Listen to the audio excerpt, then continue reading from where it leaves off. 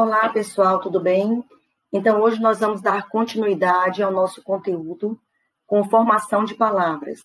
Na aula passada, estudamos estrutura das palavras e estudamos sobre os morfemas que compõem as palavras, aprendemos quais são os morfemas e aprendemos que os morfemas contêm significado. Hoje nós vamos ver como, de acordo com a maneira como esses morfemas se agrupam aos radicais na formação das palavras, esse processo de formação vai ser classificado de uma forma diferente.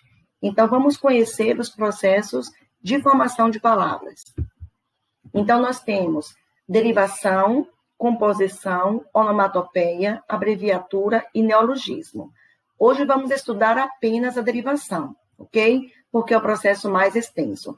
Na próxima aula, faremos o estudo dos outros processos de formação de palavras, tá bom?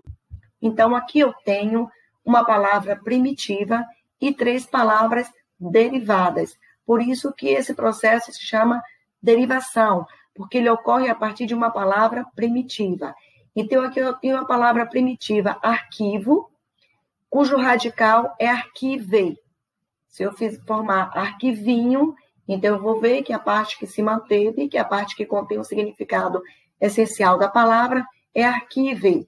Com esse radical, eu formei arquivista, arquivamento e rearquivar. Na formação da palavra arquivista, eu acrescentei um sufixo na formação ista. Na formação da palavra arquivamento, eu acrescentei o sufixo mento.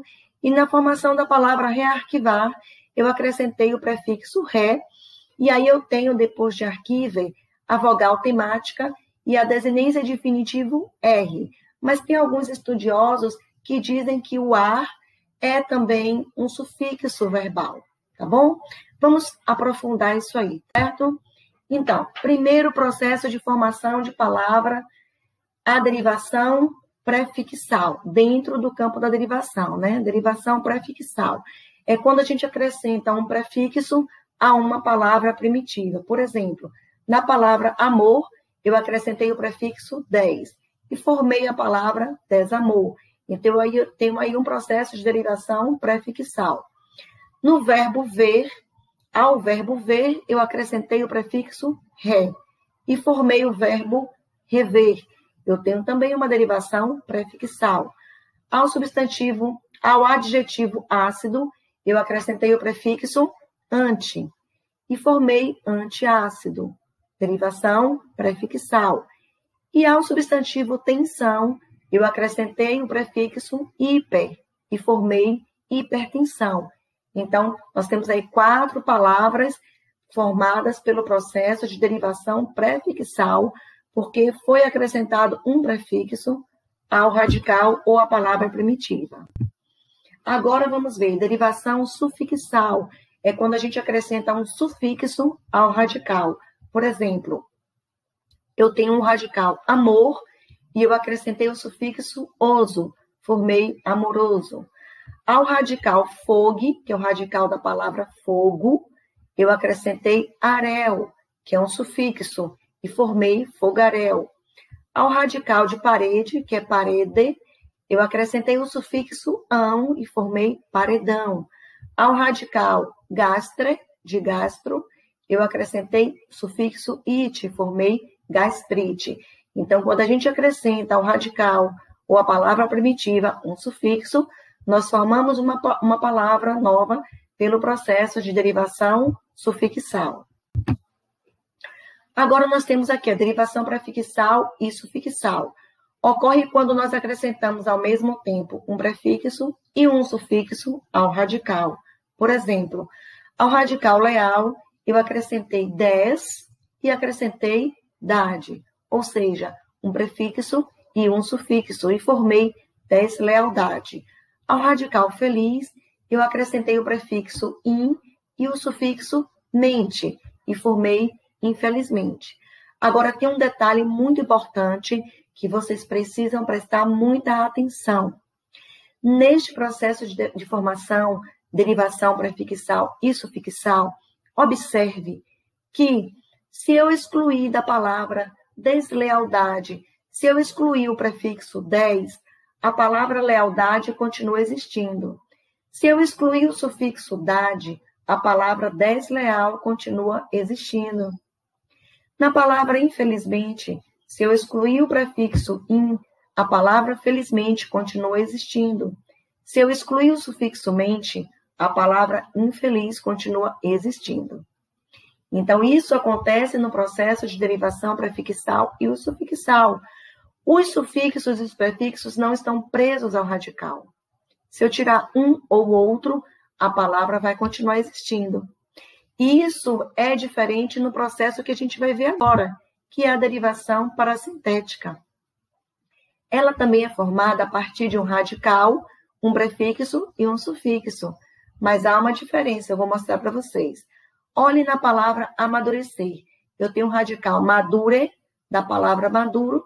Eu acrescentei o prefixo a e acrescentei o sufixo ec e formei amadurecer. Só que, se eu tirar o prefixo a, não existe a palavra amadurecer. Se eu tirar o sufixo ec, não existe a palavra amadure. Ok? Na palavra entardecer, eu acrescentei o prefixo em e o sufixo ec. Se eu tirar o prefixo em, não existe a palavra tardecer. Se eu tirar o sufixo ec, não existe a palavra entarde.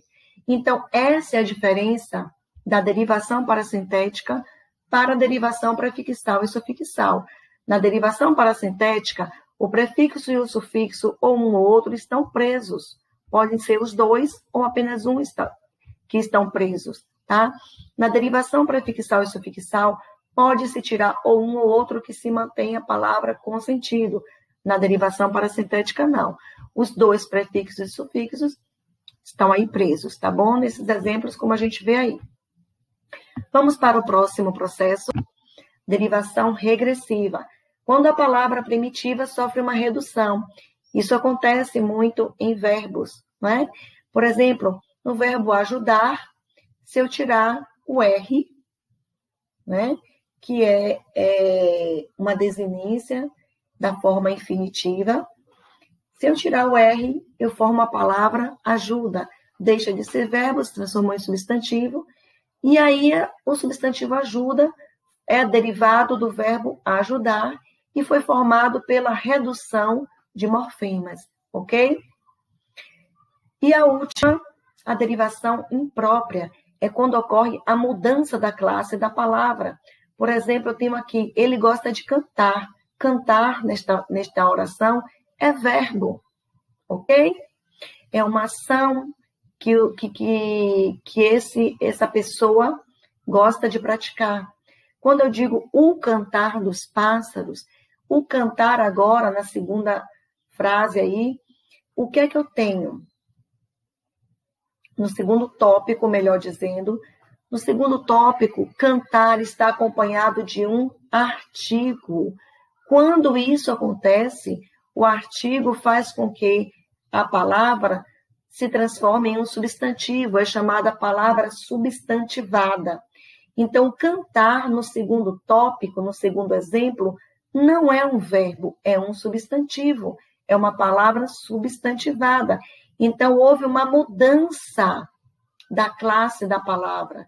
No primeiro exemplo, eu tenho, ele gosta de cantar, cantar é verbo. No segundo exemplo, cantar é um substantivo. Ok, gente? Então, a gente fica por aqui. Deus abençoe. Um beijão.